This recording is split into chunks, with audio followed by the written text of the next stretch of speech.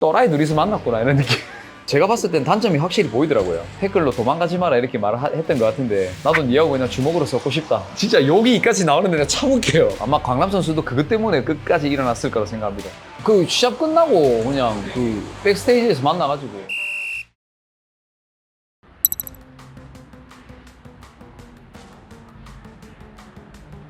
시작. 안녕하십니까 빅TV 구독자 여러분, 야인 이도겸입니다. 시합 끝나고 이틀 만에 이렇게 찾아뵙게 되었습니다. 제가 오늘 비도 오는데 선글라스를 왜 끼고 있냐 이렇게 물어보시는 분들이 있을까봐 제가 말씀드리는데, 광남 선수하고 혈전을 치르고 나니까 저도 눈에 멍이 조금 들었어요. 그래서 벗고 할까요? 그냥 괜찮아요. 끼고 있을 때도 있고 벗고 있을 때도 있고, 여러분들의 조금 많은 너그러운 마음으로 양해 부탁드리겠습니다. 감사합니다. 광남 선수가 이제 장점도 많은데 제가 봤을 땐 단점이 확실히 보이더라고요. 전 챔피언하고 싸웠을 때 보니까, 그러니까 타이틀전을 뺏길 때였죠.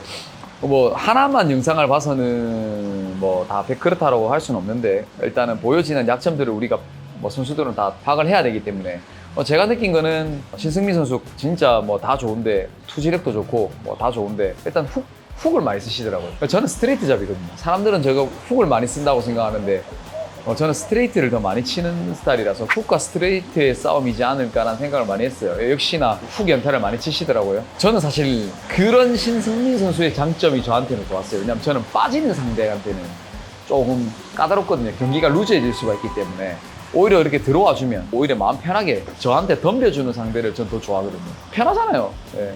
경기가 또 재밌잖아요. 그래서 이런 경기가 나왔잖아요. 도망을 가도 상관없고 들어와도 상관없는데 이렇게 들어와 주니까 서로가 더 좋은 경기가 합이 맞아서 됐던 것 같고, 그리고 복부가 좀 약하다는 걸 저는 알고 있었어요.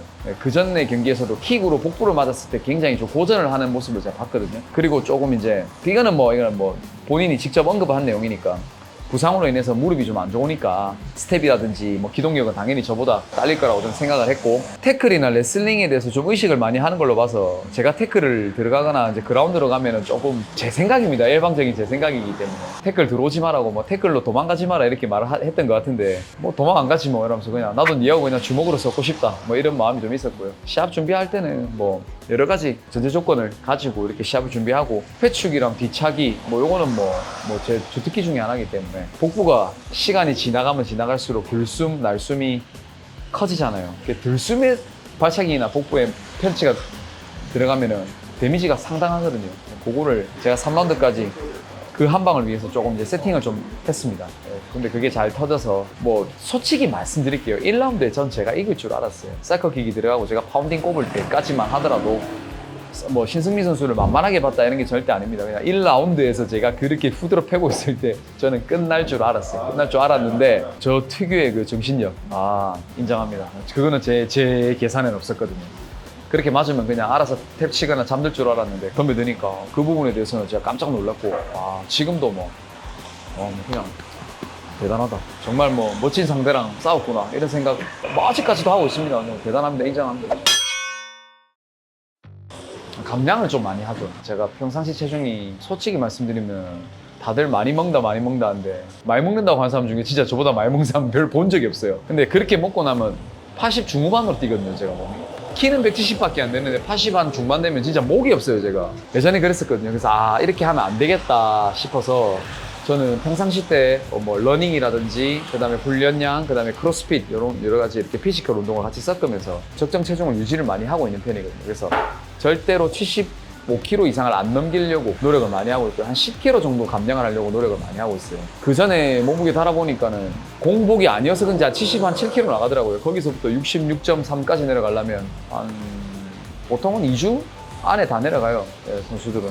그래서 조금 힘들죠. 근데 라이트급은 체중 감량에 크게 무리가 없으니까, 그거보다는 좀 덜 빼니까. 근데 국내 경기에서는 라이트급이나 패더급이나 저는 뭐 크게 상관이 없다고 저는 생각을 합니다. 우리나라 한 라이트급 정도 되는 체격이 제가 외국에서 싸웠을 때 다 패더급 정도 체격이었거든요. 키는 더 컸고, 체격들이 이제 외국 선수들이 워낙 크니까 살을 어째 그랬다 잘 빼는지, 와, 어떻게 저 몸무게로 65까지 빼나 이런 생각이 들 정도로 빼더라고요. 그래서 그 다음날 가보면 완전히 다른 사람이 나와 있고, 그래서 저는 뭐 워낙에 그런 크고 강한 선수들을 많이 싸워봤기 때문에 국내 피지컬로만 따지면 어지간하면 라이트급까지는 크게 무리가 없었거든요. 그래서 뭐 급오퍼가 와도 싸웠던 거고, 요번에 패더급을 1년 만에 내려와 봤는데 체중 감량이 예전보다 더 쉬워진 것 같아요. 예전에는 뭐 솔직히 말씀드리면 저 혼자 운동을 하면서, 그리고 또 뭐 관장님들 뭐 자기는 옛날에 빼봤다고 하는데, 제가 봤을 때 지금 와서 그분들 생각해보면 안 빼봤어요. 진짜 욕이 이까지 나오는데 내가 참을게요.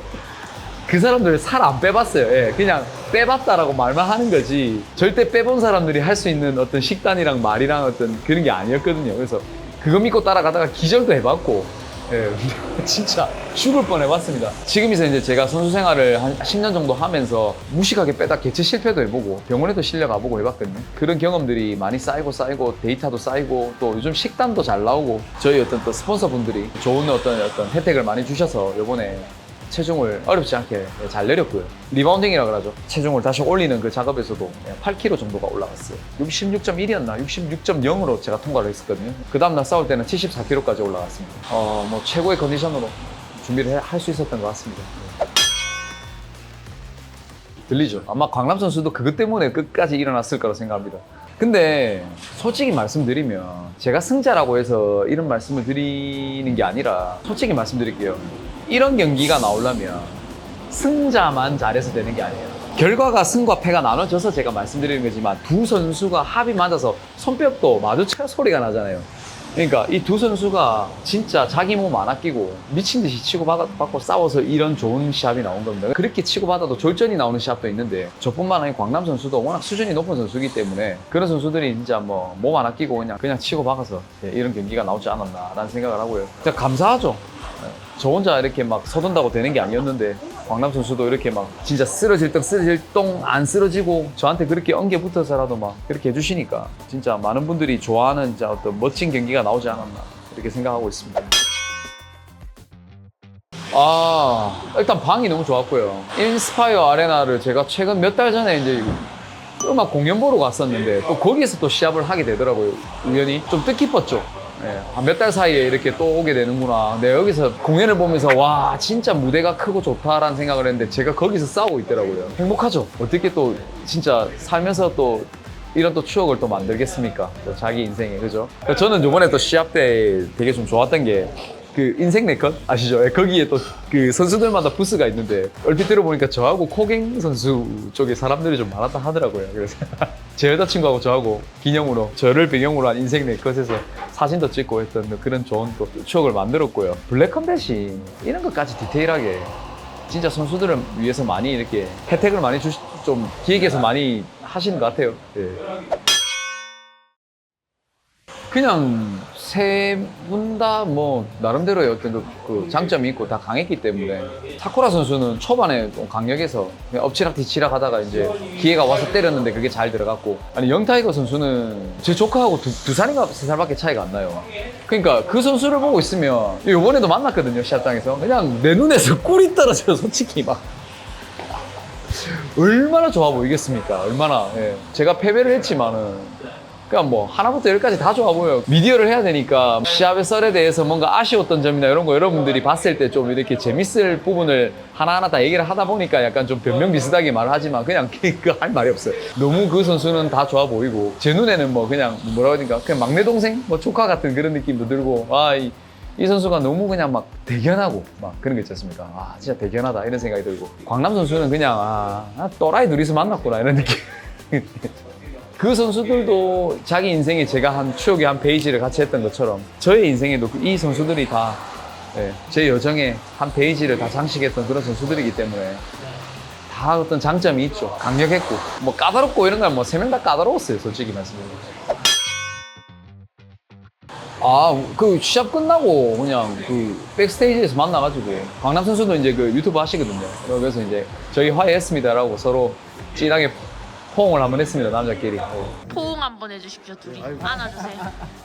블랙컴뱃 흥행을 위해서 본인이 이렇게 노력을 한 거니까, 저도 역시도 뭐 그분이 그렇게 뭐 미워서 그랬겠습니까? 그냥 그 마음을 아니까 저 혼자 너무 또 이렇게 점잖 떨고 가만히 있고 이러면 또 그것도 재미도 없을 것 같고 그래서 저도 이렇게 뭐 사투리로 같이 이렇게 응수하고 받아 미디어에 대해서 그렇게 싸우는 것처럼 이렇게 막 해버렸는데 사실 이렇게 뭐 둘이서 이제 피땀 흘려가면서 이제 주먹을 이렇게 막 섞고 나니까는 또 이해가 되고 또 재밌고 또 그렇게 또 되더라고요. 다음에 이제 부산에 한번 오면 제가 식사 한번 대접하기로 했는데 제가 지금 서울에 올라와 있는 바람에 언제 한번 제가 대구로 가든 부산으로 오든 제가 식사를 한번 대접하고 싶습니다. 그분한테.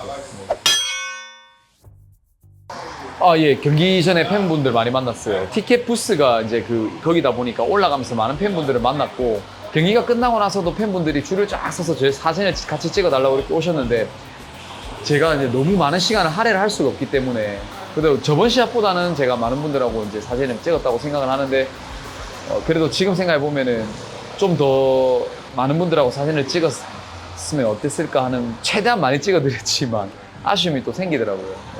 경기 전에는 경기에 집중을 해야 되고 제한된 시간 안에 다시 그 선수 홈으로 복귀를 해야 제가 페널티를 안 받기 때문에 그래서 빨리빨리 움직일 수밖에 없었고 경기가 끝나고 나서는 빨리 대기실을 비워주고 저를 또 보러 온 저희 회원님들이나 저희 또 여자친구나 가족들이 있기 때문에 그분들을 또 챙겨야 되는 입장이고 또 저도 이제 치료를 좀 해야 되는 입장이다 보니까 병원도 빨리 이송해야 되고 하는 입장이다 보니까 제가 좀 어쩔 수 없이 급하게 사진을 많이 찍어드렸는데 그분들이 좀 이렇게 서운하게 생각 안 하셨으면 또 제 마음을 좀 이해해 주셨으면 하는 그런 바람이 있습니다. 나중에 또 인스타그램에 그 부분에 대해서 좀 이렇게 이해를 부탁드린다고 글을 또 올릴 예정입니다.